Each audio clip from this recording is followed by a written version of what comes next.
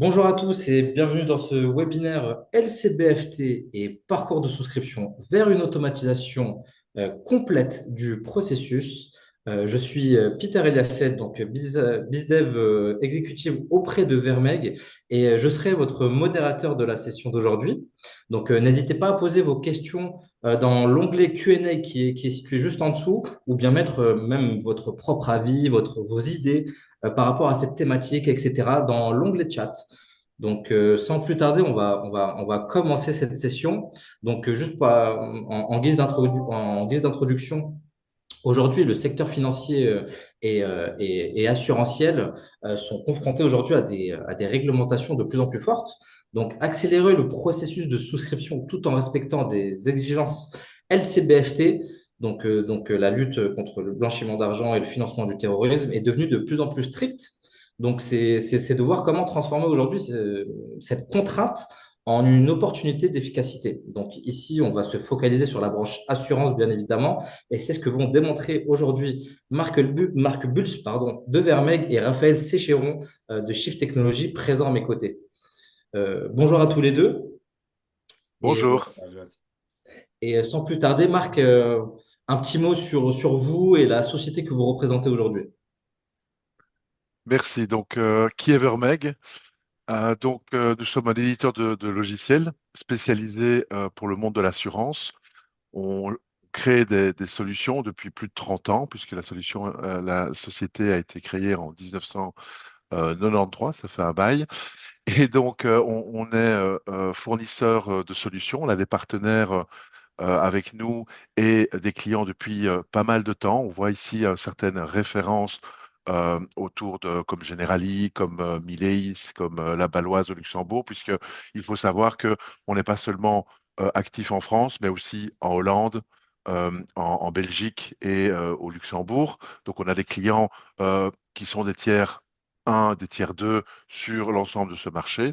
Alors on a centralisé notre activité principalement sur la France et le Benelux. Et dans ce cadre-là, toute notre activité est centralisée à Paris. Nos bureaux sont principalement à Paris. Et donc la société appartient globalement à ses fondateurs et aux managers de la société. Et nous fournissons des services pour Life and Pension, donc pour la prévoyance, pour l'épargne, pour la santé, mais également pour la non-vie. Ici, on va se concentrer aujourd'hui sur la partie épargne, évidemment. Et on fournit aussi, au-delà d'un back-office qui gère complètement l'épargne, on fournit aussi des outils digitaux qui vont pouvoir se connecter soit à nos propres back-office, mais également à des outils tiers. On va pouvoir se connecter au travers d'API et on fournit autour de ça toute une liste de parcours digitaux qui vont permettre aux distributeurs en self-service, donc en B2C ou en B2B, de faire des souscriptions, de faire également des avenants, si on est actif aussi dans la partie collective, hein, on a aussi des souscriptions collectives pour certains qui intéressent, que ce soit pour la retraite, pour la santé et la prévoyance. Et donc tous ces outils sont déjà utilisés par des partenaires et des clients importants comme Generali, comme Maïf, comme Mileis et d'autres sociétés. Je ne vais pas rentrer dans le détail. Donc ça vous montre notre spécialisation. Dans l'assurance de l'épargne, mais pas que, et principalement aussi, pas seulement dans la partie back-office, mais aussi dans nos parcours digitaux que nous fournissons. Merci beaucoup, Marc. Et idem pour vous, Raphaël, un petit mot sur vous et la société que vous représentez, Shift Technologies aujourd'hui. Oui, Shift Technology, oui, c'est une entreprise française qui est donc fondée en 2014, donc on a une 10 ans l'année dernière. On est spécialisé dans les solutions d'intelligence artificielle dédiées exclusivement au secteur de l'assurance. Donc ça, c'est important, j'y reviendrai un petit peu plus tard. Une autre particularité qui est importante, c'est de noter qu'on a donc à peu près un tiers de nos employés qui sont des data scientists et avec une organisation matricielle qui est orientée au niveau donc des lignes métiers, des produits et des régions dans lesquelles ils travaillent. Autrement dit, pour ce qui nous concerne aujourd'hui, on a donc une équipe de data scientists qui est dédiée à la France et à la partie lutte contre le blanchiment et le financement du terrorisme. L'intérêt, c'est quoi? C'est aussi d'avoir donc justement toujours cette logique de pertinence, d'être le plus précis possible, éviter les faux positifs et derrière d'être le plus efficace possible. Donc c'est la raison pour laquelle c'est particulièrement important et ainsi que cette exclusivité dédiée à l'assurance. Un petit mot sur notre produit. Donc ça, c'est notre solution. Donc on a différents produits, mais aujourd'hui, on va focaliser exclusivement sur ce produit, cette solution LCBFT. C'est qu'en fait, elle permet aux assureurs d'identifier des délits financiers, de détecter des comportements suspects et d'émettre des alertes LCBFT pertinentes, on y revient, et de faciliter les investigations. Donc c'est vraiment les deux piliers, pertinence, efficacité. Donc cette solution elle s'appuie sur des modèles avancés de graphes, des intégrations multiples avec différentes listes, des locales, des fonctions, de listes de PPE, ça on va y revenir un tout petit peu plus tard, et un tableau de bord d'analyse décisionnelle transparent. Elle se compose en gros de trois modules, je fais rapidement, qui sont interdépendants, donc qui peuvent être sélectionnés donc plutôt donc de manière libre. Donc on a certains clients qui ont un module ou deux modules ou trois modules, peu importe. Donc il y a celui de gauche, c'est le filtrage qui nous concerne aujourd'hui. L'évaluation de risque, le suivi KYC, on n'en parlera pas aujourd'hui. En revanche, la partie détection de situations atypiques, on en dira un petit mot tout à l'heure. Et avec deux notion transverse, celle qui est fondamentale dans le LCBFT, c'est le reporting réglementaire et la traçabilité. Et ensuite, avoir aussi quand même une interface de gestion des alertes pour vraiment gagner en efficacité. Un petit mot sur ce qui nous concerne aujourd'hui, c'est le timing, le temps de la détection. Donc là, vraiment, ça va être donc l'entrée en relation d'affaires qui nous concerne aujourd'hui. Mais ce qui est important de noter, c'est que la détection se fait comme tout au long de la relation d'affaires. Donc pas que sur le souscripteur ou le preneur dans notre cas d'espèce du jour, mais également les tiers. Donc avec ces différentes modalités, donc ça veut dire sur priori, soit par batch, soit donc sinon avec une API en temps réel, c'est ce qui nous concerne encore une fois aujourd'hui. Il y a quand même la possibilité de faire en a posteriori. C'est toujours important, malgré tout, sur la partie aussi atypique. Donc là, c'était au sens large. Et on y reviendra tout à l'heure, bien Oui, évidemment.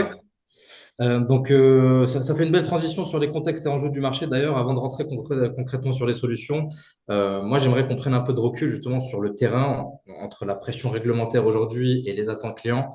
On sent que les enjeux aujourd'hui autour de la conformité LCBFT, comme vous le disiez, Raphaël, ça évolue très vite.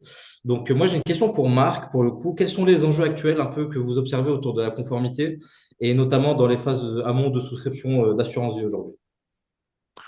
Donc clairement, hein, les enjeux du marché, c'est pour le LCBFT, pour rappel, pour la plupart des gens qui sont autour de nous connaissent le sujet, mais donc c'est l'identification rigoureuse du client et des bénéficiaires. Donc dès la souscription, on va devoir vraiment apporter, collecter toutes les informations nécessaires pour avoir vraiment une identification claire et précise des différentes personnes. Il va falloir aussi gérer, parce il y a beaucoup de flux financiers dans l'épargne, donc on va devoir vérifier, contrôler d'où viennent les différents mouvements, d'où viennent les fonds, comment ils sont utilisés, et après, on en parlera tout à l'heure, comme le disait Raphaël, de voir un peu comment on peut détecter après les flux financiers qui se passent au sein de sites. Et donc, il faut construire une approche fondée sur le risque, hein. Donc, on va devoir appliquer des vigilances et ça va dépendre aussi du niveau de risque de la personne qui a été identifiée. Donc, on doit avoir des systèmes extrêmement flexibles et que du côté Shift ou du côté de Vermeer pour les parcours, c'est de pouvoir donner la bonne information de manière à appliquer la bonne vigilance autour des différents clients qui rentrent et qui sont validés. Et enfin, il y a des contraintes, hein. N'oublions pas qu'en cas de doute sur une opération, il y a l'obligation du côté des assureurs de dénoncer, de définir finalement, de faire une déclaration de soupçon qui va vers les autorités compétentes. TRACFIN en France, par exemple, CRF au Luxembourg. Donc, ce sont ça les enjeux, c'est vraiment d'identifier les personnes, de contrôler tout au long du cycle de vie de la police, finalement les flux financiers et détecter s'il y a des choses qui sont bizarres. Et en fait, et en finale, de pouvoir, si détection positive, de pouvoir remonter ces éléments vers l'autorité. Merci beaucoup, Marc. Raphaël, je crois que vous avez chez Shift pas mal de clients assureurs aujourd'hui. Quelle est votre vision de l'évolution des attentes des assureurs aujourd'hui vis-à-vis des solutions LCBFT, justement? Effectivement, donc on est exclusivement oui, sur les acteurs de l'assurance.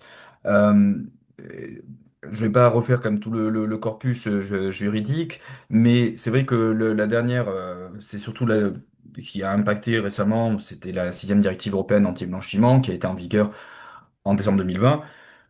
Les compagnies d'assurance, ils sont assujettis, ils doivent mettre en œuvre voilà, ce qu'on appelle des dispositifs robustes de filtrage et de traitement, notamment en amont de la relation d'affaires. Donc déjà, c'est intéressant, c'est ce qui nous concerne quand même aujourd'hui. Et donc nous, pour nous, vraiment, et ce qu'ils attendent de nous, il y a trois points, c'est l'exigence de filtrage des personnes visées, donc il y avait quand même pour certains participants une obligation de résultat, donc à minima d'obligation de moyens forte, et des entités donc visées par les mesures de gel de sanctions. Le deuxième, c'est quand même une réaction rapide, ça c'est important aussi, traçable et documentée. Ça, c'est quelque chose de fondamental parce que ça ouvre sur le troisième point qui est l'auditabilité. On sait quand même qu'il y a un régulateur, on va dire le gendarme, et que il faut être en mesure quand même de montrer patte blanche, et ça, c'est quand même quelque chose de fondamental aussi. Donc, c'est une attente forte de nos clients et des acteurs de l'assurance en général. En vous entendant, vous deux, il y a une certaine complémentarité au final entre Vermeer et Shift. On parle souvent de solutions, mais c'est rarement une seule brique qui fait la différence au final. Donc, ce qui nous intéresse ici, c'est un peu de voir comment vos deux approches, au final, que ça soit côté réglementaire, côté technologique, comment aujourd'hui elles se complètent concrètement sur le terrain. Donc, moi, j'ai une question pour Marc. Aujourd'hui, dans la complémentarité entre Shift et Vermeil, aujourd'hui, comment votre solution, elle encadre un peu le processus de souscription de manière opérationnelle aujourd'hui? Donc ici, clairement, comme on le disait, avec ces enjeux majeurs, c'est la mise en place de processus métiers de souscription et d'avenant qui sont entièrement digitalisés. Donc l'objectif, Vermec fournit finalement un parcours flexible, hein, on va en reparler tout à l'heure, qui va permettre de collecter l'information. Et cette information va être transférée au travers d'API en temps réel vers l'outil de Shift. Ce qui va nous permettre finalement de directement donner l'information pour pouvoir générer directement des contrôles du côté de Shift. Et Shift va pouvoir lancer soit des détections automatiques et des validations automatiques, soit va pouvoir également apporter, déclarer finalement des processus qui vont devoir être manuellement complétés puisqu'il y a suspicion d'une problématique et l'outil Shift va permettre de clarifier cette situation avec un workflow, avec des appels. Et donc, l'objectif ici, c'est évidemment de sécuriser finalement tous ces éléments au travers du parcours avant de faire dans l'enregistrement, puisqu'on va garder toutes ces informations entre le parcours et Shift, ce qui va nous permettre avant d'injecter ça dans le back-office pour lancer la gestion de tous les jours. Et donc, on va pouvoir garder cette information et pouvoir la qualifier avant de l'introduire dans un outil de gestion quelconque. Donc, ça va augmenter l'efficacité, l'efficacité du processus avec une réduction de temps dans ce cas-là, parce que tout va se passer en parallèle, hein, pendant qu'on continue. Ben, on a déjà des retours, s'il y a des retours automatiques, s'il y a une application qui va détecter tout de suite, l'enquête va commencer. Donc c'est un gain de temps, on va gagner plus de clients fiables. Ça, c'est aussi un des objectifs de ce partenariat, et tout en respectant ces contraintes. Donc, si je rentre juste un peu dans un schéma vraiment très logique, hein, donc dès que alors on se met sur la souscription. Alors pourquoi on a choisi la souscription? Parce que c'est quand même un point d'entrée stratégique. C'est là qu'on fait la première connaissance avec le client. C'est là qu'on va rechercher l'ensemble des informations et définir le client la première fois. Et ça va nous permettre de générer finalement un plan de vigilance tout au long du cycle de vie. On sait que si le client, on l'a accepté mais qu'il y a quelques risques qu'on a acceptés, ben, on va pouvoir mettre en place un plan de vigilance plus contraint. Et ça va être effectué entre les deux applications. Donc, on va pouvoir faire ça au niveau de la souscription et de détecter directement et de qualifier ces clients et d'avoir cette conformité qui est intégrée et assurer une conformité pardon, tout au long du contrat. On en parlera encore tout à l'heure. Donc, le processus, ben, on va identifier en détail un client. Et ensuite, on va rentrer dans le processus d'analyse de besoin. Donc, ce processus d'analyse de besoin, il ne va pas seulement faire l'analyse de besoin, mais il va aussi collecter l'ensemble des informations qui vont nous permettre de qualifier et de fournir l'information nécessaire à l'outil Shift pour lancer les screenings.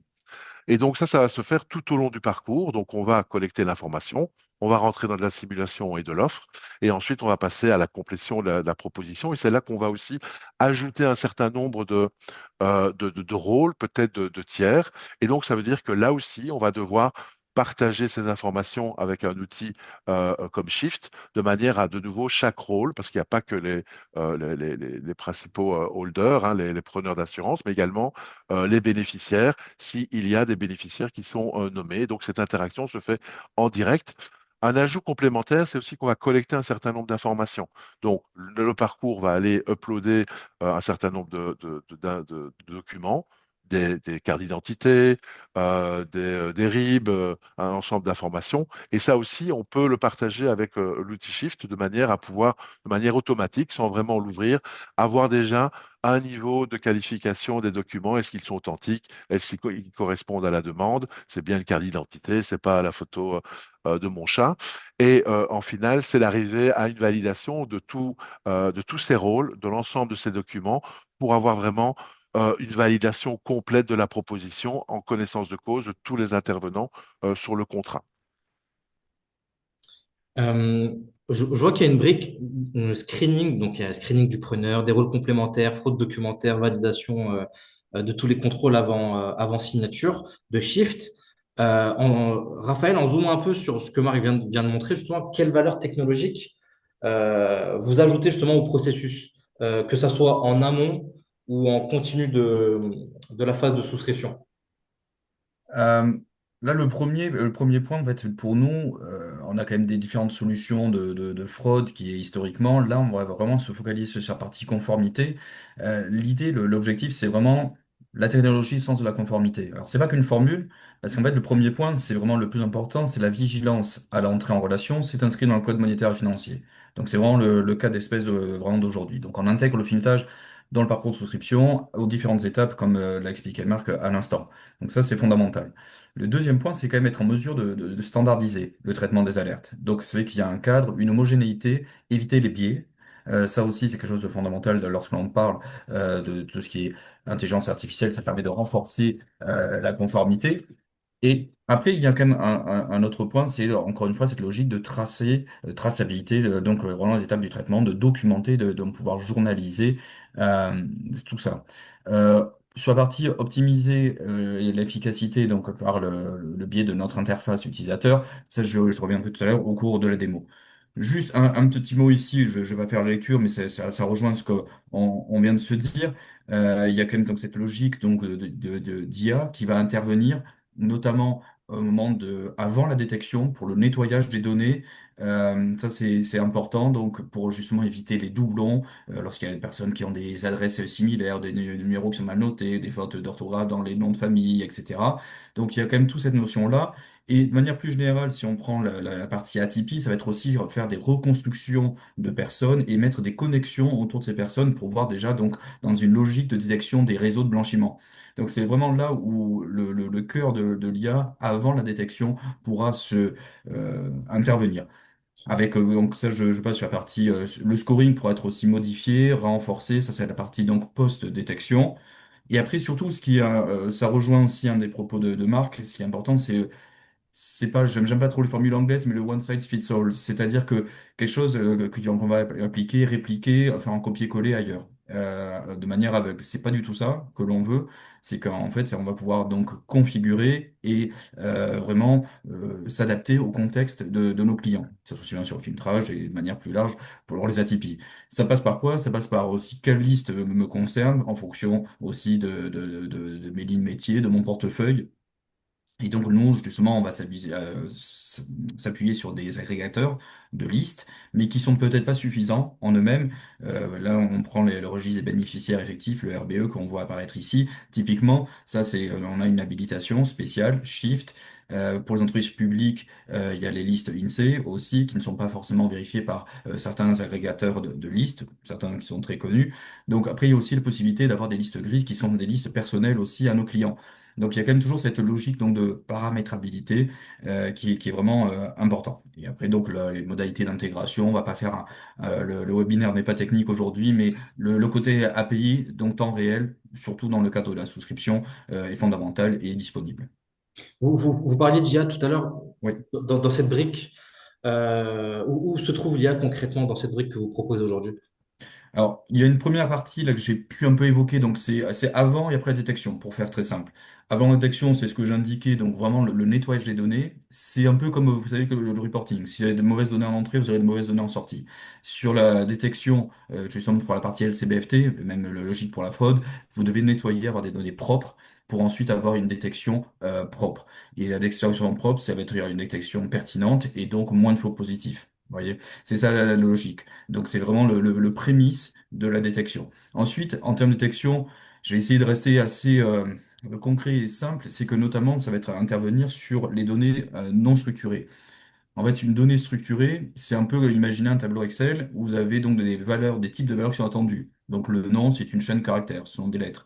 L'âge, c'est un chiffre. Une date de naissance, c'est jour, mois, année si vous êtes en France. Donc ça, après, on sait s'adapter aussi à des pays étrangers et des formats étrangers. Une donnée non structurée, c'est un peu pensé dans le cas d'aujourd'hui à une clause bénéficiaire, texte libre. Et donc la machine doit donc extraire le caractère, lire les caractères et interpréter ce que signifie justement cette clause bénéficiaire donc sur ce texte libre. Donc ça, il y a vraiment ce travail donc, d'extraction et d'interprétation du texte libre. Ça, c'est vraiment un exemple concret. Et le dernier exemple, c'est ce que on voit apparaître sur le scoring ici en troisième ligne là du premier bloc. C'est être en mesure donc de fournir un score pour pouvoir prioriser et aussi en fonction du retour des utilisateurs d'améliorer ce score et de le modifier. Donc ça, typiquement, c'est ce qu'on appelle le reinforcement learning. C'est ça qui va permettre d'être justement flexible. Merci beaucoup en tout cas pour toutes ces explications. Au final, je pense que les spectateurs, enfin, ce qu'ils attendent concrètement, c'est un peu les bénéfices d'une approche intégrée comme celle de Vermeil et Shift aujourd'hui chez un client assureur. Est-ce que vous avez vraiment la démonstration concrète sur un cas client à nous présenter aujourd'hui? On a construit une vidéo sur la souscription, donc je vais lancer la vidéo. Euh, Pardon, hop, voilà. Donc ici, on a pris un parcours de distribution classique en B2B, ça veut dire qui est manipulé par les distributeurs, les agents, les différents partenaires. Et donc l'objectif, c'est de lancer une souscription. On est en face de son client et donc on va pouvoir définir. Donc on a un parcours avec un workflow. Ça c'est proposé par Vermeg et donc on va pouvoir créer une personne.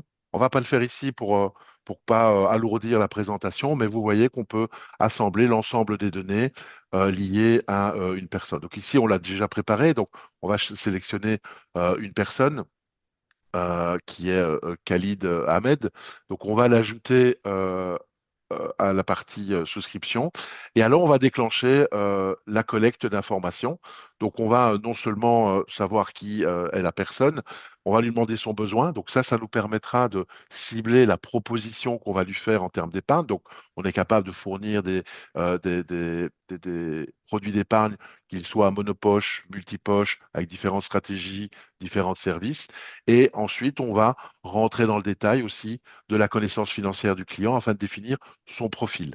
Donc, ces éléments, c'est basé sur une liste de questions, hein. Donc, vous voyez toute la liste de questions que vous voyez. Elle est entièrement dynamique, hein, suivant ce qu'il a détecté, vos besoins.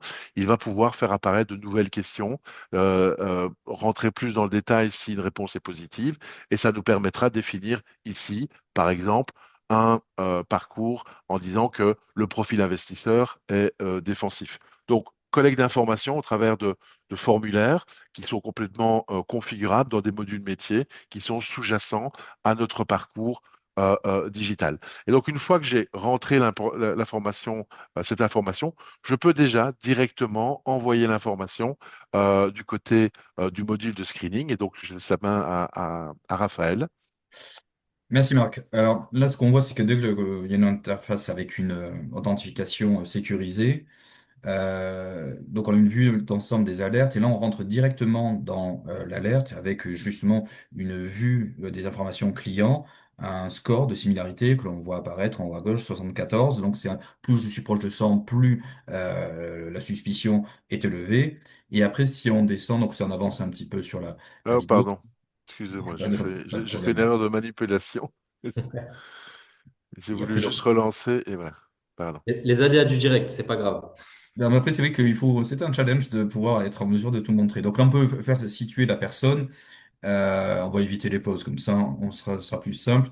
Donc, Oui, le livre de la vue client, la justification aussi. Donc, avec ce côté gauche, les données de notre client, à droite, les données donc de la liste externe à laquelle on a fait apparaître, justement, qui a fait ressortir soit un match exact, soit un match un peu différenciant, et avec là un lien direct. Là, c'était en l'occurrence Dow Jones, mais il y en a d'autres sources, comme on a vu tout à l'heure.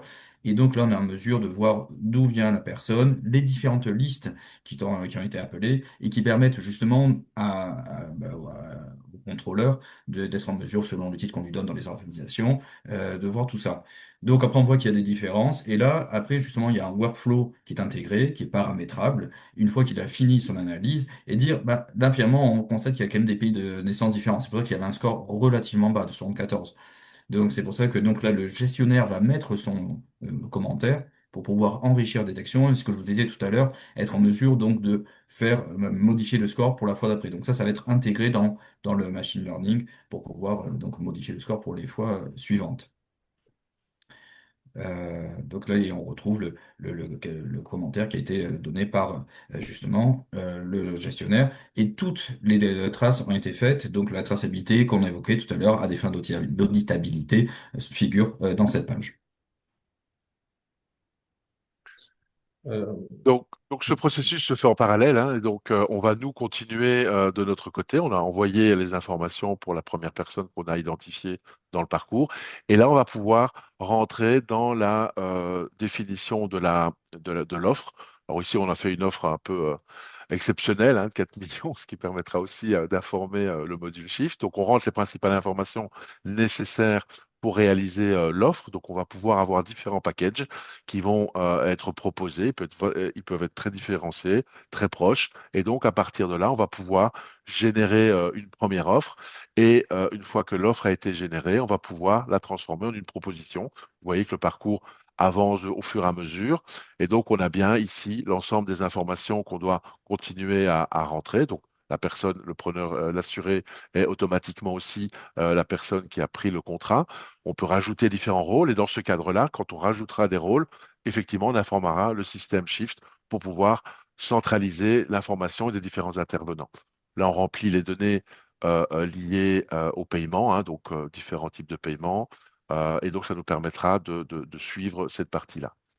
Donc la proposition est terminée, l'offre a été mise à jour, la proposition maintenant a été contrôlée, donc on va demander le consentement à la personne. On peut avoir des règles de contrôle. Ici, on avait des contrôles qu'on peut valider par différents rôles.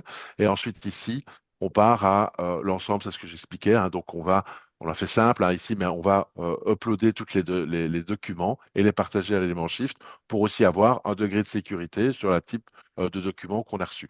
Et donc, ça va assez vite, hein. L'idée, c'était d'aller assez vite dans la proposition. Mais donc, vous voyez qu'on a rempli finalement les différentes étapes de la proposition de la collecte d'informations, ensuite de la partie analyse du besoin, collecte d'informations pour définir son profil.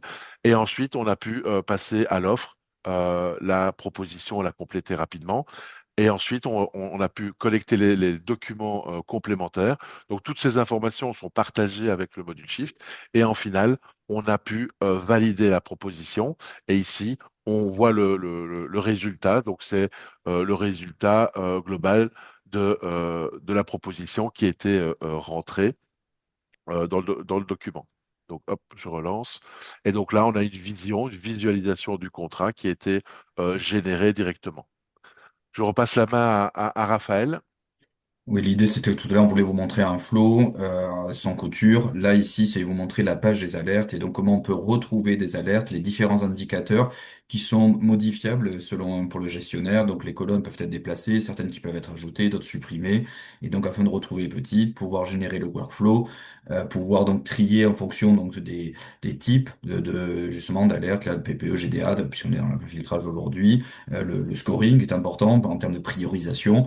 Donc voilà, c'est autant d'éléments que justement le gestionnaire pourra retrouver dans ce qu'elle appelle cette table des alertes, et aussi que le manager pourra aussi dispatcher aux équipes afin de gagner donc en efficacité. Donc ça c'était un peu voilà l'illustration qu'on voulait vous faire pour compléter un petit peu le propos. Pas trop monopolisé, mais c'est toujours bien aussi de pouvoir se projeter sur des éléments concrets. Et donc là, c'est ce que je vous indiquais. Donc les colonnes, je supprime certaines colonnes, je peux les déplacer et après, instantanément, le gestionnaire, contrôleur, analyste va pouvoir retrouver ses petits. Donc et ce sera sauvegardé. Donc toujours cette logique d'efficacité. Merci beaucoup pour la démo. Avant de passer aux questions-réponses et surtout à la vie du contrat et au dynamisme du risque, moi j'ai quelques questions sur les démos, sur la démo justement, et peut-être ça va anticiper les questions aussi du Q&A.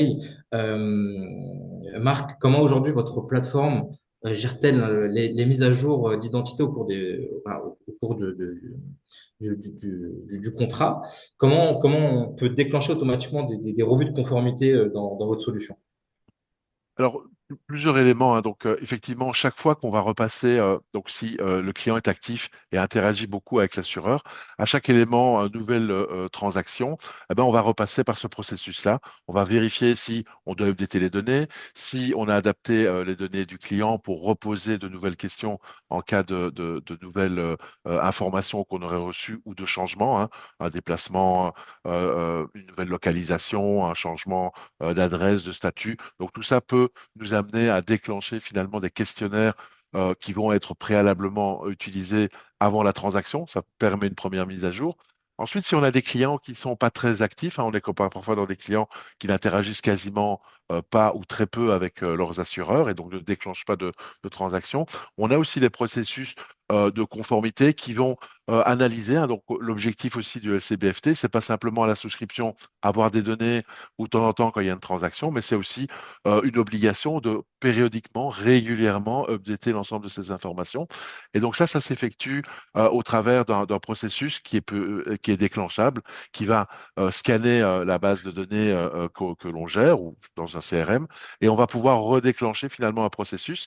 Alors comme on va pas être dans la transaction, ben on va, et on en discutera un petit peu après plus en détail, mais on peut envoyer des campagnes globales ou spécialisées qui vont aller chercher, informer le client par SMS, par mail, euh, on peut aussi envoyer du courrier parce qu'il y a quand même encore une partie des clients qui ont du mal avec la partie électronique ou digitale. Et donc ça va permettre de générer des nouveaux processus qui vont amener le client à répondre au travers d'une interface digitale ou par PDF dans lequel il va remplir ses données. Eh ben, on va pouvoir récupérer ces données lors de campagne, les suivre et pouvoir faire les mises à jour directement dans l'outil. Et dès qu'il y aura des éléments, on va pouvoir aussi informer l'outil Shift de manière à vérifier bah, les données, est-ce qu'elles ont changé, est-ce qu'on doit générer des alertes. Et donc, ça nous permettra en constance de ces campagnes, d'avoir un update, une mise à jour de l'ensemble de ces données, tout en étant connecté à la conformité et à la validation et mettre à jour finalement cette base centralisée de contrôle de la vie du client jusqu'au bout. Dans votre démonstration, on avait vu beaucoup de checklists dans votre parcours. En quoi votre outil aujourd'hui, il permet d'aller plus loin concrètement vers une gouvernance au final proactive, c'est-à-dire anticiper les risques de non-conformité, les actions continues mises en place dans une entreprise. Enfin voilà, comment anticiper tout ça? Donc, dans ces cas-là, donc effectivement, l'objectif, c'est aussi d'être extrêmement flexible, hein. Ça évolue. Il y aura sans doute des contraintes complémentaires qui vont arriver. On va demander de plus en plus de questions à nos différents clients. Et donc, l'idée, c'est de pouvoir, au travers du paramétrage, au travers de simplement du paramétrage, de faire des mises à jour de la logique de demande des informations, de rajouter un certain nombre d'informations qui vont être collectées de manière à chaque fois enrichir de plus en plus ou de se mettre en conformité par rapport aux évolutions du LCBFT. Merci beaucoup, Marc. Raphaël, On parlait d'IA tout à l'heure. L'IA peut parfois se tromper. Voilà, il n'est pas humain, mais il a des émotions humaines, on va dire, et donner des faux positifs. Comment aujourd'hui on peut gérer l'arbitrage entre l'automatisation euh, créée par l'IA et la supervision humaine?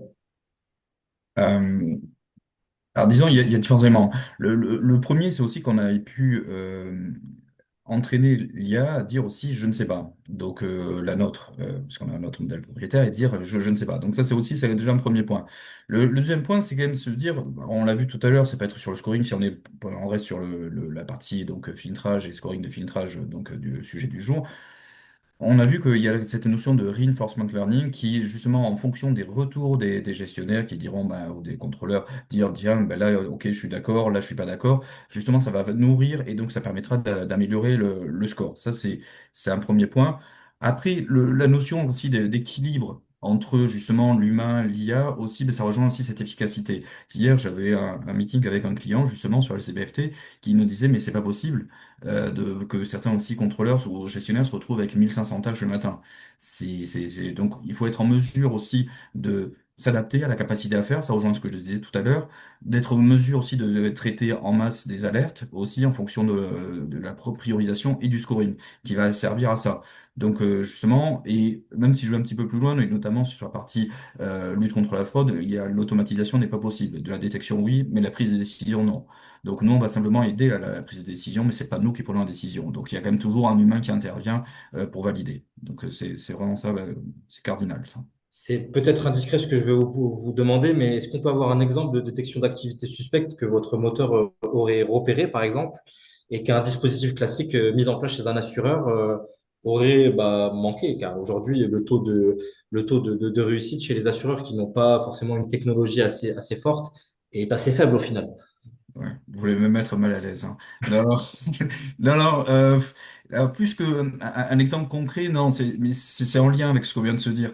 C'est justement, je pense que l'indicateur clé que l'on va avoir, notamment sur cette notion de filtrage, vraiment, je reste dans le sujet du jour, c'est vraiment l'indicateur sur les faux positifs. Alors tout à l'heure, je parlais d'alerte pertinente, c'est le corollaire. Et donc, quelque part, si j'ai des alertes, quand même, donc, globalement, on a pu se rendre compte chez les clients qui avaient donc peut-être un dispositif peut-être moins technologique versus la mise en place de Shift, qu'on avait quand même un taux, donc il y avait quand même moins d'alertes parce qu'elles étaient peut-être moins de faux positifs, donc justement, ce qui permettait de gagner en efficacité. Pourquoi ou comment? C'était la reconstruction à l'intérieur des listes. Donc, quand on a plusieurs listes, aussi les matchs, et comme je vous disais, il y a des listes que certains agrégateurs ne fournissent pas. Il y a le nettoyage des données, ça c'est important pour éviter les doublons, etc. Donc ça c'est particulièrement fondamental. J'ai déjà un client qui avait des noms en consonance hispanique, il nous dit c'est attention, c'est compliqué. Oui, on le sait, donc on a adapté notre modèle en fonction.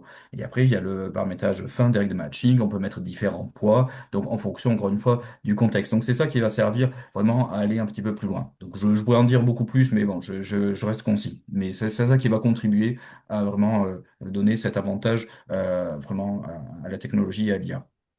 Ça fait une belle transition sur la vie du contrat d'ailleurs. Donc, la conformité aujourd'hui, elle ne s'arrête pas à à la souscription, hein, clairement. Le vrai défi, c'est de suivre justement l'évolution du risque tout au long de la vie du contrat, entre mise à jour d'identité, le scoring dynamique et détection d'activité suspecte en continu que vous parliez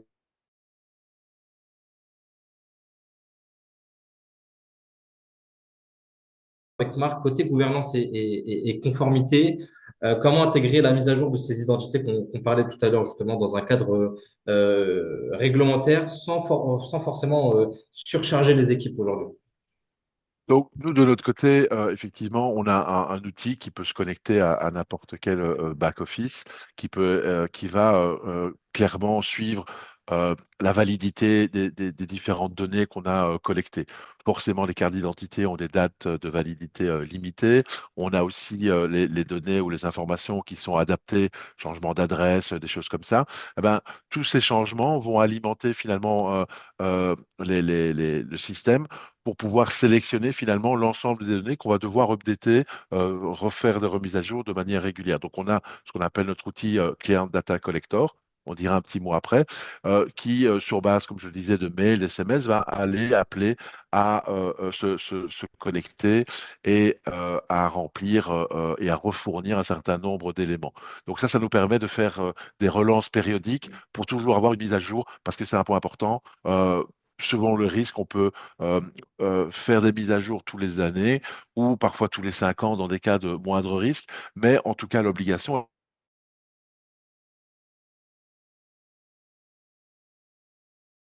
eh ben, ces différents données et documents.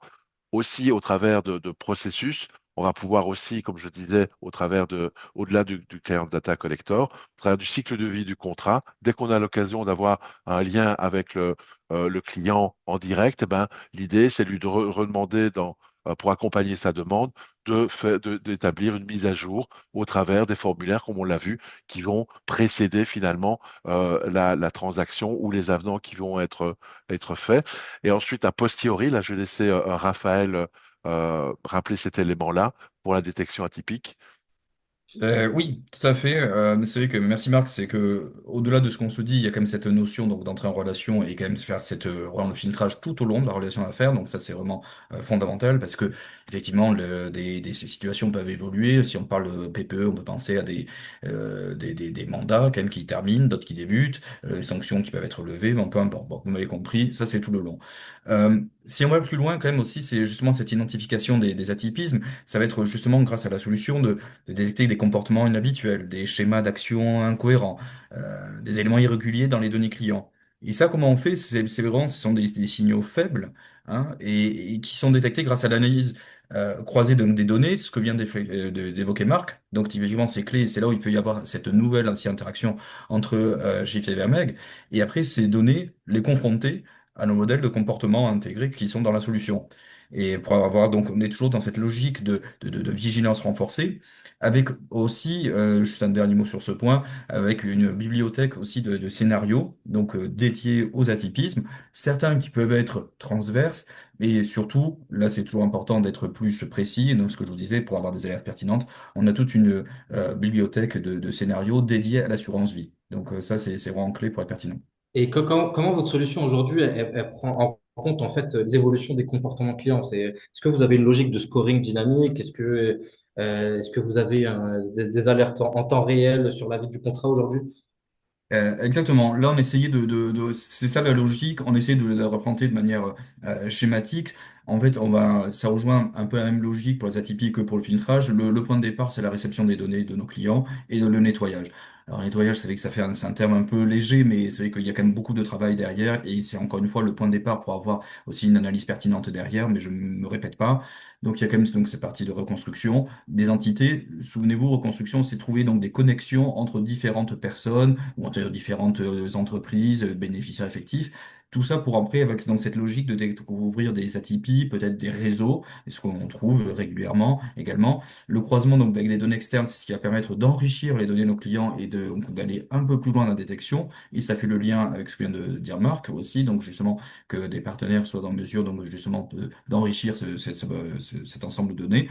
Et après, on applique sur ces données donc notre bibliothèque de scénarios en fonction du contexte. Donc, il y a toujours cette notion de paramétrage de contexte. Et donc, dès lors qu'il y a une anomalie qui est détectée par la solution, une alerte, comme on a vu tout à l'heure, c'est la même logique que pour le filtrage, mais là, ce serait pour les atypies, dans la même interface. Après, on peut avoir un workflow, différentes équipes qui sont associées, une alerte, et avec donc la même logique que tout à l'heure. Avec, in fine, ce qu'on a déjà évoqué, le retour utilisateur pour dire c'est OK, c'est pas OK. Et tout ça, ça va être ingéré dans le modèle de détection et donc dans la machine pour pouvoir améliorer la fois d'après. Donc souvent, ce qu'on appelle le reinforcement learning. Donc ça, c'est vraiment très important, cette notion-là. Donc c'est un cercle vertueux. Merci beaucoup, Raphaël. Il nous reste que 2 minutes. Donc, on potentiellement poser une question à vous deux. À quoi ressemblerait aujourd'hui, en termes de perspective, à quoi ressemblerait aujourd'hui un modèle de cible de parcours client LCFT idéal pour les assureurs aujourd'hui?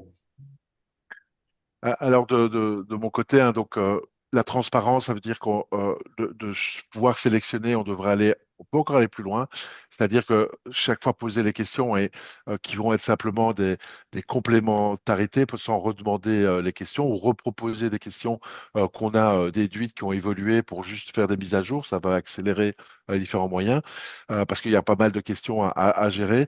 Et donc l'idée, c'est de pouvoir réduire cette liste de questions tout en restant extrêmement pertinent dans cette collecte et donc et d'être complètement transparent dans un parcours, c'est-à-dire que toutes ces interactions, quand on a des faux, il faut aussi pouvoir le gérer dans le parcours. Donc les retours du système doivent permettre aussi une adaptation du comportement automatique, c'est-à-dire qu'on va à un moment donné se mettre en acceptance manuelle pour pouvoir directement réagir en se disant la personne est trop risquée, on va faire un refus, on va discuter en interne avant de pouvoir lui envoyer ce refus. Donc ça crée des dossiers finalement où on prend des décisions, oui ou non, on prend en charge cette analyse-là. Et donc le parcours doit tenir compte finalement des retours, des détections, des alertes, de manière à pouvoir se mettre en pause ou se mettre dans un parcours un peu spécifique, de manière à demander l'intervention de quelqu'un pour valider. Et parfois, ça monte jusqu'à des conseils d'administration, comme au Luxembourg, où parfois, c'est des gros montants qui rentrent. Et donc, il y a vraiment des discussions, une prise de décision collective avec tous les éléments qui sont remontés du parcours. Mais on est obligé de l'arrêter à un moment donné pour se poser et valider la décision. Merci beaucoup, Marc. Raphaël, un petit mot, peut-être? Non, sur ce point, je suis parfaitement aligné avec ce que vient de dire Marc. Bah, c'est parfait. Bah, peut-être en conclusion, parce que là, il nous reste à peine 30 secondes. euh, En une seule phrase, que doivent retenir les participants aujourd'hui de cette table ronde? De mon côté, c'est ce partenariat qui permet d'avoir un parcours efficace, intégré et complètement réglementaire de bout en bout. Et ça va couvrir les 100% de l'activité, du cycle de vie, pardon, des polices, tout en étant lié réglementairement. De mon côté, c'est que tout à l'heure, j'ai quand même commencé à évoquer le corpus juridique. Là, ben, il y a quand même, je pense que nos auditeurs le savent probablement, ce nouveau paquet réglementaire européen anti-blanchiment qui est en cours de finalisation avec la création d'une nouvelle autorité, la septième directive qui va arriver. Donc, on voit qu'on est quand même dans un contexte très mouvant et donc il faut quand même s'appuyer sur des solutions agiles, voilà, avec toujours cette logique aussi de précision, d'efficacité et orientée aussi pour les analystes, pour qu'ils puissent être traités rapidement. Et donc, voilà, nous, notre solution doit s'inscrire dans cette dynamique de conformité durable. Eh bien, merci beaucoup pour cette conclusion. Merci Marc, merci Raphaël pour vos partages très concrets aujourd'hui. Ce qu'on voit clairement, c'est que la conformité n'est pas qu'un simple exercice de cases à cocher hein, pour les grands comptes aujourd'hui, avec les bons outils et les approches complémentaires comme Vermeeg et Shift par exemple, et bien d'autres aussi, bien d'autres outils. Hein. Il y a pas que nous, bien heureusement, on peut devenir vraiment un levier d'efficacité que ça soit dès la souscription, mais aussi tout au long de la relation client. Vraiment, c'est de mettre en valeur voilà, ces outils-là et d'avoir une meilleure performance opérationnelle, une efficacité opérationnelle auprès voilà, des sociétés qui représentent cette solution. Pardon. Merci à tous ceux qui ont suivi cette table ronde. J'ai vu qu'il n'y avait pas beaucoup de questions dans le chat, c'est pas grave, il n'y a pas de problème. Si vous êtes timide, n'hésitez pas à nous contacter directement par mail ou sur notre LinkedIn. On sera ravis d'y répondre. Et n'hésitez surtout pas à poser vos questions. Si vous souhaitez la démonstration de l'outil Shift et Vermeeg, n'hésitez surtout pas à demander ça par mail. Voilà. Merci à tous et très bonne journée à vous. Merci beaucoup. Merci. Au revoir.